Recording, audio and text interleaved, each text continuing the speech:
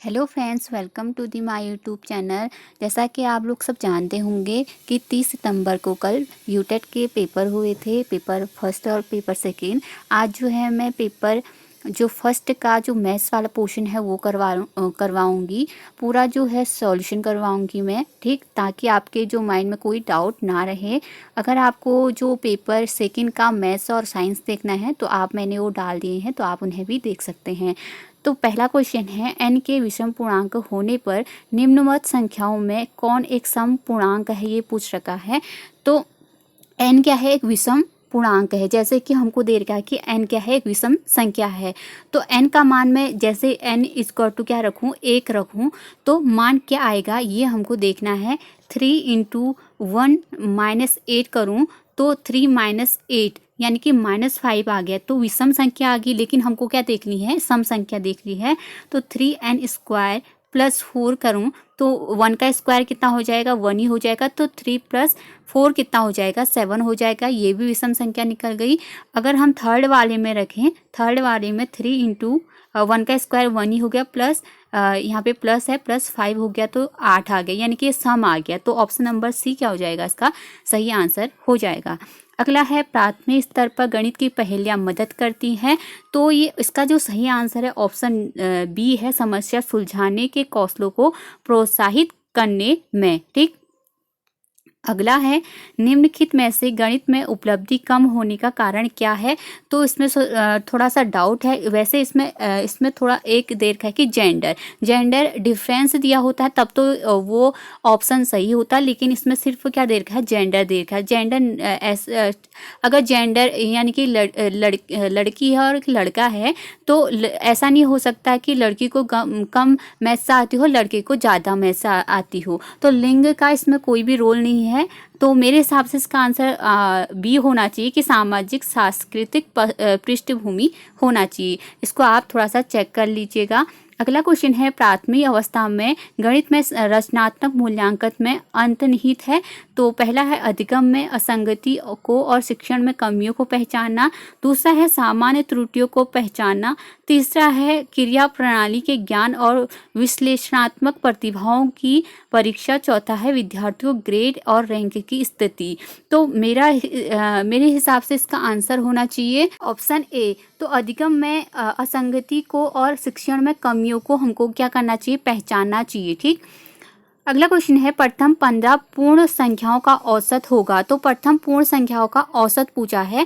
तो जो प्रथम पूर्ण संख्या होंगे, पहले हमको उसका क्या चाहिए, योग चाहिए, योग चाहिए। फिर उसके बाद हम क्या क्या निकाल सकते हैं, उसका औसत निकाल सकते हैं। जैसे आपको औसत का जो फॉर्मूला है वो मालूम होगा कि टोटल संख्याओं का जो योग होता है, आंकड़ों का योग बट्टे कितना होता है, आंकड़ों की संख्या होता है। जब हम पहले क्या निकालेंगे, आंकड़ों का योग निकालेंगे, तो प्रथम 15 पूर्ण संख्याओं का योग कितना होगा, यानी कि प्रथम 15 संख्याओं का हमको क्या निकालना है, योग निकालना है। तो प्रथम जो 15 संख्याएं होंगी वो क्या होंगी, प्राकृतिक संख्याएं होंगी। तो हमको प्रथम जो 15 प्राकृतिक संख्याएं हैं उनका योग निकालना होगा। तो उसका फॉर्मूला होता है n इंटू n प्लस 1/2 होता है। तो इस फॉर्मूले में रखेंगे सबसे पहले तो 15, फिर 15 प्लस 1 कितना हो गया, 16 इंटू 16 बट्टे 2। तो 2 अट्ठे 16 हो गया, 8 पंचे 40 हो गया, 8 एकम 8, 8 और 4 कितना हो गया, 12 हो गया। तो 120 टोटल इनका जो योग हो गया 120 हो गया औसत के हिसाब से। अब मैं औसत निकाल रही हूँ 120 अपॉन टोटल जो संख्या है कितनी है, 15 है। तो इसको क्या करेंगे, अब इसको क्या करेंगे, सॉल्व करेंगे। ये क्या होता है, 5 या 15 और 5 दूना 10 और क्या होता है, 5 चौके 20 होता है और 3 अट्ठे 24, यानी कि इसका सही आंसर कितना हो जाएगा, ऑप्शन नंबर बी हो जाएगा। अगला है, किसी त्रिभुज के लिए निम्न में से कौन सा कथन सत्य है। तो समस्त कोण सदैव न्यून कोण होते हैं, एक कोण सदैव समकोण होता है। त्रिभुज में ये कंडीशन नहीं होती है कि एक कोण क्या होना चाहिए, समकोण ही होना चाहिए, ये तो गलत हो गया। दूसरा वाला क्या है, एक कोण सदैव अधिक कोण होना चाहिए। अगर अधिक कोण मतलब कि 180 डिग्री होना चाहिए, 180 डिग्री एक ही कोण हो गया तो बाकी दो कोण तो बनेंगे ही नहीं, तो ये भी क्या है, गलत है। तीसरा है, एक कोण सदैव न्यून कोण होता है, एक कोण सदैव न्यून कोण होता है। मेरे हिसाब से इसका आंसर ऑप्शन नंबर ए होना चाहिए, समस्त कोण सदैव न्यून कोण होते हैं। अगला है, यदि √2 2916 इक्वल टू 54, तो निम्न का मान क्या होगा ये हमको बताना है। तो पहले क्या करेंगे, हम इस वाले को सॉल्व करेंगे। इसको क्या लिख सकते हैं हम 2916 अपॉन 100 लिख सकते हैं। इसका क्या लेंगे, अंडरूट लेंगे, प्लस इसमें भी क्या करेंगे, इस वाले को क्या लिखेंगे 2916, कितने स्थान दशमलव पीछे दिए हैं तो उतने ही जीरो नीचे लिख देंगे। 4 स्थान दशमलव है तो एक के पीछे 4 जीरो हम लगा देंगे।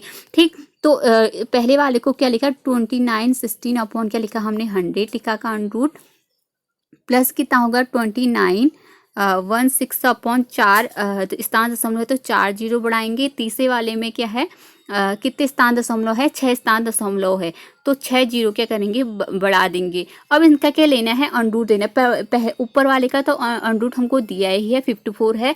अगर इसका अंडरूट निकालेंगे तो 10 हो जाएगा, इसका अंडरूट निकालेंगे तो कितना हो जाएगा 100 हो जाएगा। ठीक, और इसका अंडरूट निकालेंगे तो 1000 हो जाएगा। फिर 10,000 इस वाले का कितना होगा 10,000 हो जाएगा।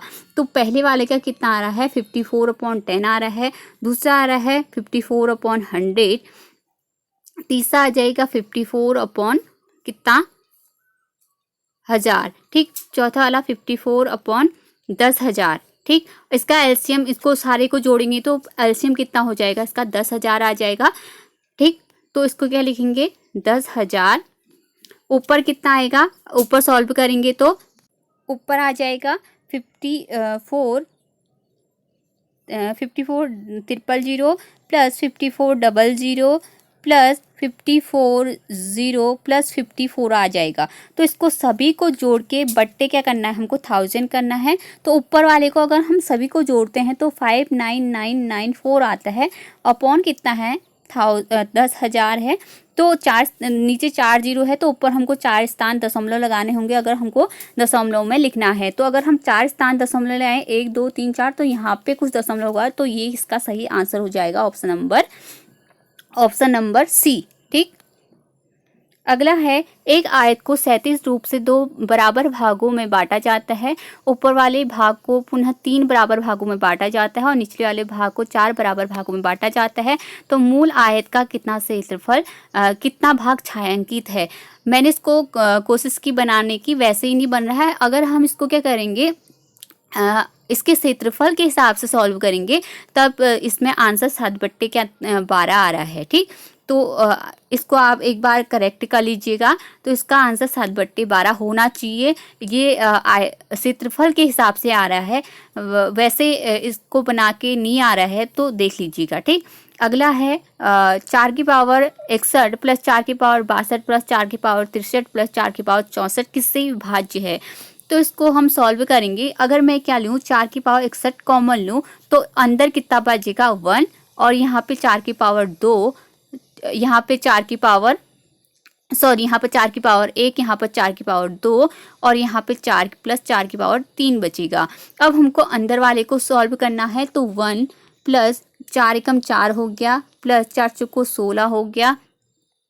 ठीक, प्लस 4 का क्यूब कितना हो गया 4 चौको 16, 16 चौको कितना होता है 64 होता है। अब क्या करेंगे, हम तीनों को जोड़ देंगे तो 4 1 5 5 और 4 1 कितना हो गया 5 हो, और 5 प्लस 16 कितना हो गया 21 हो गया। 21 प्लस 64 कितना होता है 21 प्लस 64 है 85। तो हमने क्या लिया था बाहर 4 की पावर कितना लिया था 61 बाहर लिया था, अंदर कितना इंटू करके कितना आ रहा है 85 आ रहा है। अब हमको ये देखना है कि 85 किससे कट रहा है, पूरी बार किससे कट रहा है। तो 3 से काटेंगे हम, तो 3 से नहीं कट रहा है। अगर हम 5 से काटें तो 5 से ही कट रहा है। तो ऑप्शन नंबर बी क्या हो जाएगा, इसका सही आंसर हो जाएगा। अगला है, एक वर्ग की भुजा 4 सेंटीमीटर है, इससे काटकर 4 बराबर भागों में विभाजित किया जाता है। तो प्रत्येक छोटे वर्ग का क्षेत्रफल क्या होगा। अगर हम बड़े वाले जो भुजा है उसी को 4 बराबर भागों में काटा गया है तो इसका क्षेत्रफल यानी कि जो 4 सेंटीमीटर वाली भुजा वाली जो वर्ग है उसका क्षेत्रफल कितना होता है, भुजा का स्क्वायर यानी कि 16। अगर 4 बराबर भागों में बांटा है तो अपॉन 4 करेंगे तो 4 चौको 16, तो यानी कि 4 सेंटीमीटर स्क्वायर का क्षेत्रफल आएगा छोटे वाले का। तो ऑप्शन नंबर ए क्या हो जाएगा, इसका सही आंसर हो जाएगा। अगला है अंडरूट 242 प्लस अंडरूट 52 प्लस 144 है। तो इसको कैसे सॉल्व करेंगे, पहले इस वाले को सॉल्व करेंगे अंदर वाले को, फिर जाके हम बाहर वाले को सॉल्व करेंगे। अगर हम इसको जोड़ें तो कितना आएगा, 4 2 कितना आता है 6, 4 और 5 कितना होता है 9 और 1 196। अब 196 किसका वर्ग होता है, 196 वर्ग होता है 14 का। 196 किसका वर्ग होता है 14 का। तो ये अंडरूट खुल जाएगा यहाँ से, तो 242 प्लस कितना आ जाएगा 14 आ जाएगा। अंडरूट 242 प्लस कितना आ जाएगा 14 आ जाएगा। अगर हम इसको जोड़ें तो जोड़ के कितना आ जाएगा हमारा 256 अंडरूट आ जाएगा। अब 256 किसका अंडरूट होता है 16 का होता है, तो ऑप्शन नंबर ए क्या हो जाएगा, सही आंसर हो जाएगा। अगला है 4 सही 1/2 3 10 सही 1/2 का लौसा क्या है। तो इसको सॉल्व करेंगे पहले इसको। तो 4 दूना 8 है, 9/2 हो गया पहला, दूसरा हो गया 3 हो गया, चौथा कितना हो गया 10 दूना 20 1 21 21/2 हो गया। तो लौसा निकालने के लिए क्या करते हैं, जो अंश वाला है उसका क्या लेते हैं लौसा लेते हैं, जबकि हर वाले का क्या लेते हैं मौसा लेते हैं, यानी कि HCF लेते हैं। ऊपर वाले का क्या लेंगे LCM, नीचे वाले का HCF। नीचे जो है हमारे यहाँ पे 2 है, यहाँ पे 2 है, यहाँ पे कितना है 1 है, तो इसका HCF कितना आ जाएगा। अगर हम हर का HCF निकालें तो कितना आएगा 1 आ रहा है। अगर हम ऊपर वाले का क्या निकालें LCM निकालें तो कितना आ रहा है, ऊपर वाले में था 9 3 और 21, इसका क्या निकालेंगे हम LCM निकालेंगे। तो 3 3 9, 3 कम 3 और 3 7 21 होता है, तो 3 कम 3 7 कम 7। अगर हम इनको गुणा करेंगे तो 3 3 9 9 7 कितना होता है 63 होता है, अपॉन HCF था, HCF कितना है 1 है, तो इसका राइट आंसर कितना हो जाएगा, ऑप्शन नंबर ए हो जाएगा। ठीक, ये वाला थोड़ा डाउट है इस क्वेश्चन में, लेकिन मैंने बनाया, इसका कितना आ रहा है 1 kg आ रहा है, आप इसको थोड़ा सा चेक कीजिएगा। अगला है 11 नतीजों का औसत 50 है, यदि पहले 6 नतीजों का औसत 49 हो और अंतिम 6 नतीजों का औसत 52 हो तो छठा नतीजा क्या होगा। तो हमको औसत दे रखा है 11 नतीजों का औसत कितना है 50 है, ठीक, और अगले 6 का कितना है, इसी के 6 का कितना है 49 है, और अंतिम 6 का कितना है 52 है। तो 11 गुणा 50 इसको टू कितना हो गया, अगर हम इसको टू करें तो इसको टू कितना 1150, ठीक 1150 हो गया। इसमें क्या दे रखा है, जो बाद वाले हैं इसमें 6, इसमें भी पहले वाले में 6 जोड़ रखा है, दूसरे वाले में भी जो छठा नतीजा है यानी कि 2 बार जुड़ा है। अगर छठा नतीजा 2 बार जुड़ा है, अगर हम पहले वाले का जो पूरी जो औसत जो पूरा योग आएगा उसका और इन दोनों का योग करके अगर हम घटा दे तो एक जो हमको प्राप्त होगा वो कौन सा होगा, छठा वाला नतीजा प्राप्त होगा। क्योंकि यहाँ पे 6 जो छठा वाला नतीजा है वो क्या 2 बार क्या है जोड़ रखा है।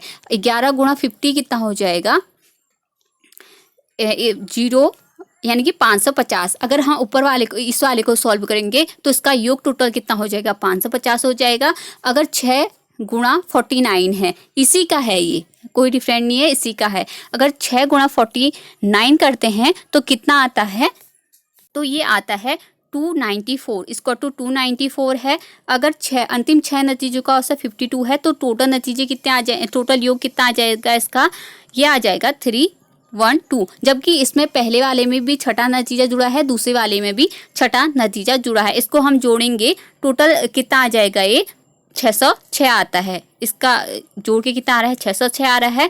पहले वाला कितना आ रहा था 550 आ रहा था, ठीक, दूसरा आ गया 606। इसको अगर हम घटाते हैं तो घटा के कितना आ रहा है 56 आ रहा है। तो ऑप्शन नंबर ए क्या है इसका सही आंसर है।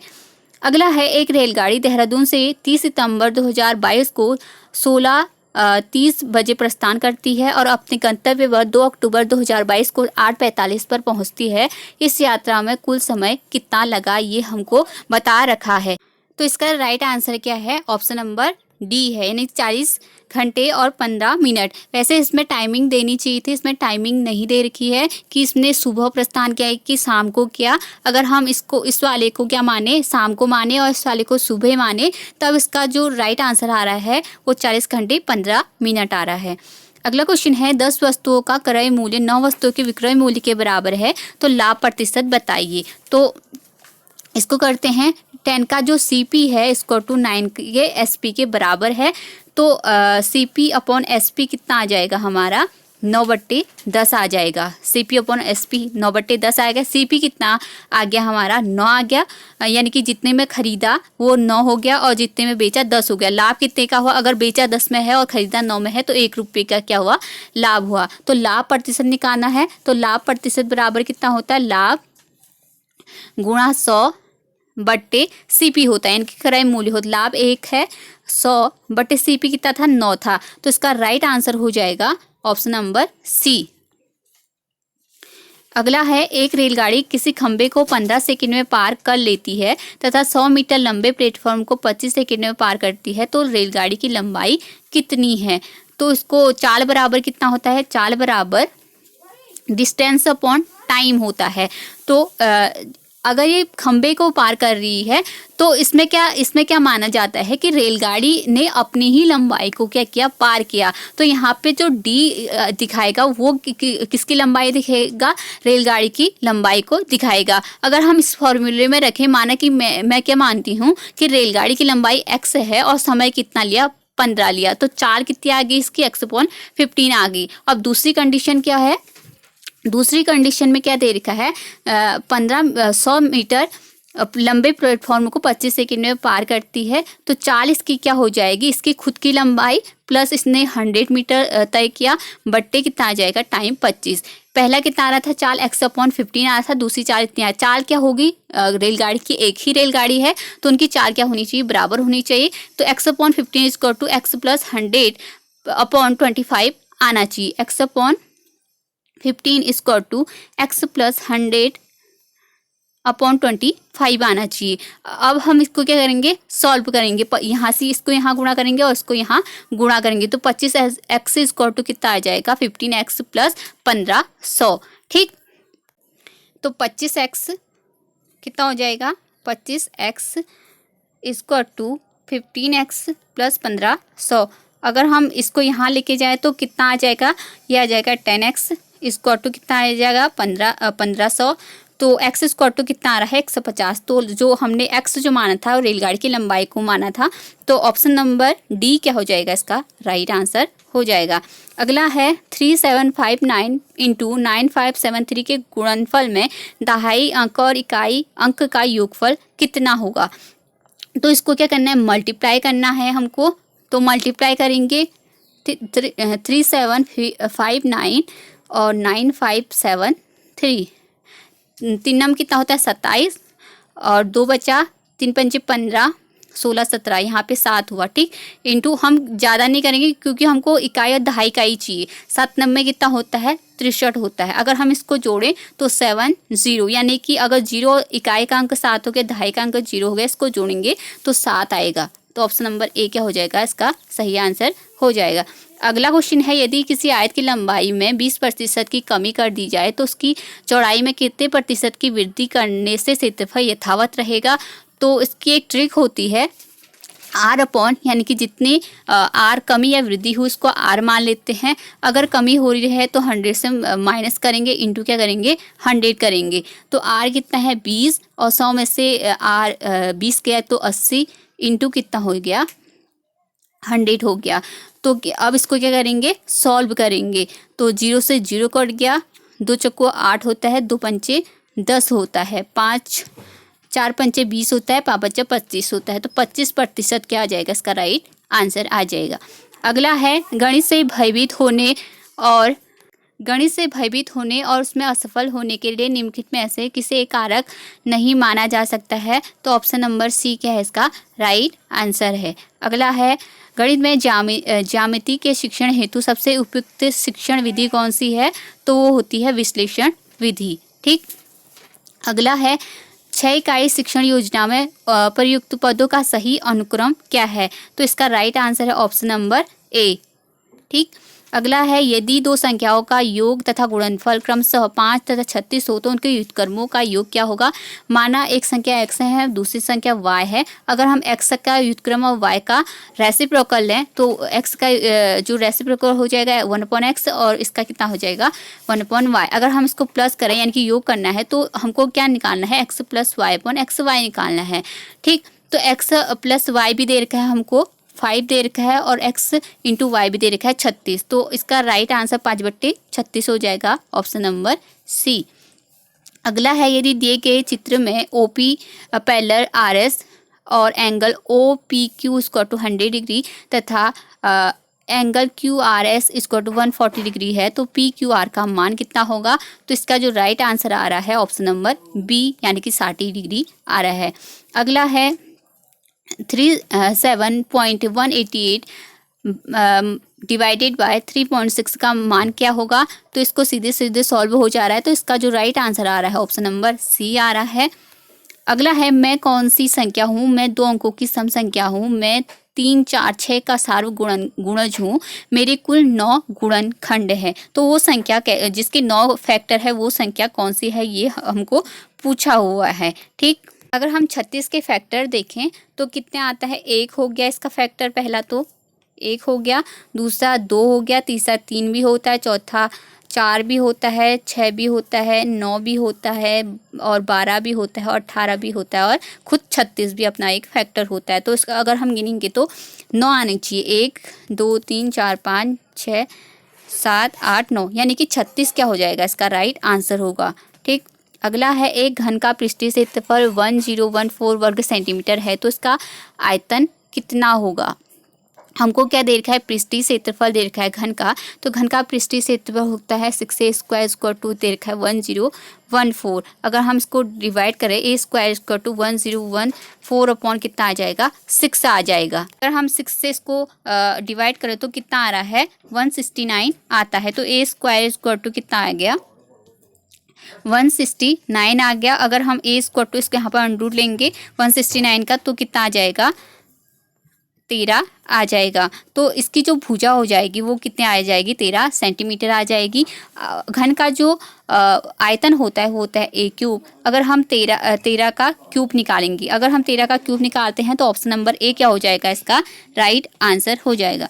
अगला है 2 3 5 9 17 33 अनुक्रम की अगली संख्या क्या होगी।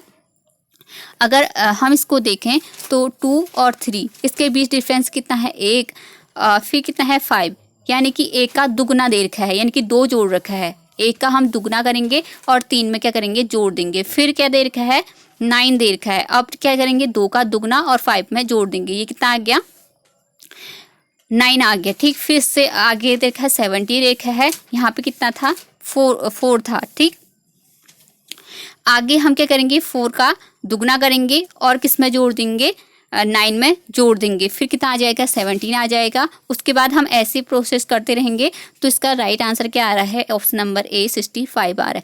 अगला क्वेश्चन है 0.125 का होल ऑफ पावर 2/3 का मान कितना होगा। तो इसको सॉल्व करेंगे 1 to 5 पॉइंट कितना आ जाएगा 1000 आ जाएगा। इसकी होल ऑफ पावर 2/3 है। अगर हम इसको और इसको देखें तो एक इसके क्यूब होते हैं, ये होता है 5 का, ये होता है 10 का। ठीक, तो 5 का और 10 का होल क्यूब, इसको बाहर पे क्या है 2/3 है, ये 3 इससे कट जाएगा तो 5/10 का होल स्क्वायर आ जाएगा। 5/10 का होल स्क्वायर आ जाएगा। ऊपर को स्क्वायर कर तो 25 आ जाएगा, नीचे का स्क्वायर करेंगे तो कितना आ जाएगा 1000 आ जाएगा। अगर हम इसको देखें तो कितना आ रहा है, अगर हम यहाँ पे ये 1000 नहीं आएगा क्योंकि हमको 10 का स्क्वायर करना है, तो 25/, कितना आ जाएगा 100 आ जाएगा। अगर हम इस रूप में इसको लिखें, इस रूप में अगर हम क्या करें लिखें तो कितना आ जाएगा, नीचे 2 0 है तो ऊपर में 2 स्थान दशमलव आने चाहिए, तो 0.25 हम इसको लिखेंगे। ऑप्शन नंबर बी क्या हो जाएगा, इसका राइट आंसर हो जाएगा। आई होप आपको ये समझ में आया होगा। अगर आपको ये वीडियो अच्छी लगती है तो प्लीज़ लाइक करें, शेयर करें और सब्सक्राइब करें मेरे चैनल को। Thank you so much.